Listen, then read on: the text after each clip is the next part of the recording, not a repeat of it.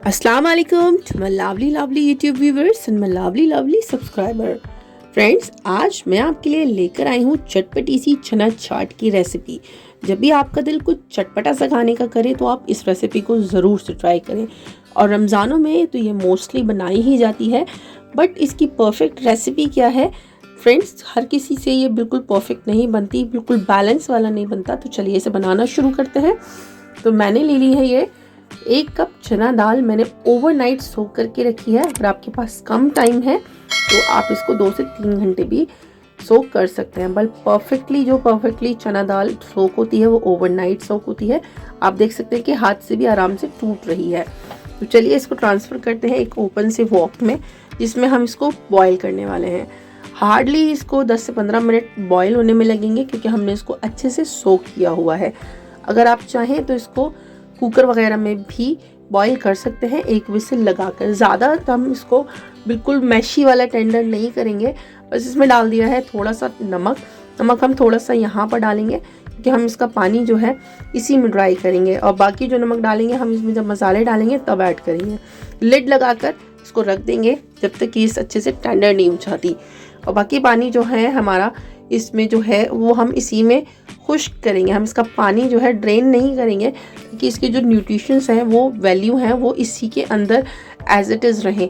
कहीं अगर हम इसका पानी ड्रेन करते हैं तो इसका न्यूट्रिशन वैल्यू ख़त्म हो जाती है।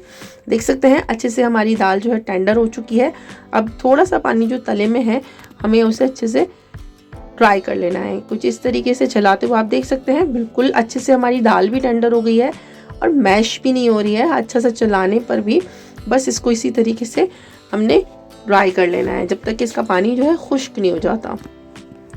अब इसका पानी फ्रेंड्स देख सकते हैं आप बिल्कुल अच्छे से खुश्क हो गया है, बिल्कुल एक बूंद भी पानी नहीं है, बिल्कुल सारा एवोपरेट हो चुका है।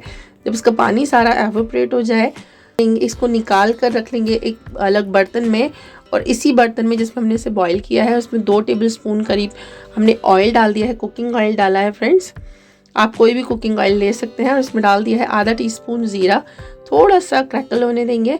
और इसमें 2 पिंच करीब डाली है हींग ज़रूर डालें, इससे जो है चने की दाल जो है थोड़ी सी बादी वाली चीज़ होती है जो गैस वगैरह बनाती है, तो इसलिए हम इसमें हींग ज़रूर डालेंगे। तो आप देख सकते हैं अब इसमें ऐड कर दिए, जब हमारा ज़ीरा अच्छे से क्रैकल हो जाए तो इसमें ऐड कर दी हमने वो चना दाल जो पहले से हमने बॉईल करके रखी हुई है। अच्छे से भून लेंगे 2 से 3 मिनट, बाकी जो इसके साथ साथ हमारी दाल जो है भून जाए, थोड़ी ऑयल में भी भुनी हो तो अच्छी लगती है। तो बाकी इसमें अब हम ऐड करेंगे आधा teaspoon Kashmiri red chilli powder, आधा टीस्पून नमक, क्योंकि आधा टीस्पून हमने पहले डाला था, आधा टीस्पून यहाँ अब डाला है, और आधा टीस्पून डाला है यहाँ पर काला नमक। ये डाला है मैंने चाट मसाला आधा टीस्पून, थोड़ी सी डाली है काली मिर्च 1/4 टीस्पून समझिए, और ये थोड़ा सा डाला है मैंने आधा टीस्पून जीरा पाउडर, और ये डाली थोड़ी सी कुटी हुई लाल मिर्च। और इन सभी मसालों को अच्छे से हम मिक्स कर लेंगे और इस दाल के साथ अच्छे से भून लेंगे, ताकि इनका जो रॉनेस है, कच्चापन है मसालों का, वो निकल जाए। अच्छे से भूनने के बाद फ्रेंड हमें इसे अच्छे से पहले ठंडा कर देना है, तब हम इसमें बाकी इंग्रेडिएंट्स ऐड करेंगे। तो इसे निकाल लेते हैं एक बाउल में और इसे अच्छे से ठंडा होने देते हैं। और ठंडा होने के लिए मैंने डाल दिया है इसमें, देखिए ये ली है आधी प्याज, आधा टमाटर और थोड़ा सा हरा धनिया और 1 हरी मिर्च। इसे ठंडे होने पर ही डालें, गर्म में डालेंगे तो प्याज जो है अपना पानी छोड़ सकती है, इसीलिए इसको पहले ठंडा होने देंगे और अच्छे से इसको मिक्स कर लेंगे आप। और आप देख सकते हैं हमारी जो चटपटी दाल है उसका लास्ट इंग्रेडिएंट्स अब नींबू है, जो इसमें टेस्ट इन्हांस कर देगा। हाँ फ्रेंड्स, हम मसाले में वहाँ पर अमचूर पाउडर भी ऐड कर सकते हैं, और नहीं तो फिर आप यहाँ पर नींबू अच्छे से ऐड करें, ताकि इसका जो टेस्ट है वो अच्छे से इन्हांस हो जाए।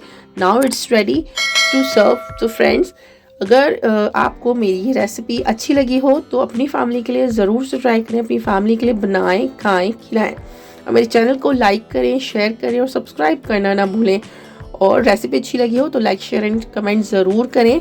मिलते हैं अगली किसी इंटरेस्टिंग सी रेसिपी के साथ, तब तक के लिए अल्लाह हाफिज़, शब बख़ैर। रखिएगा अपना और अपने अपनों का ख्याल।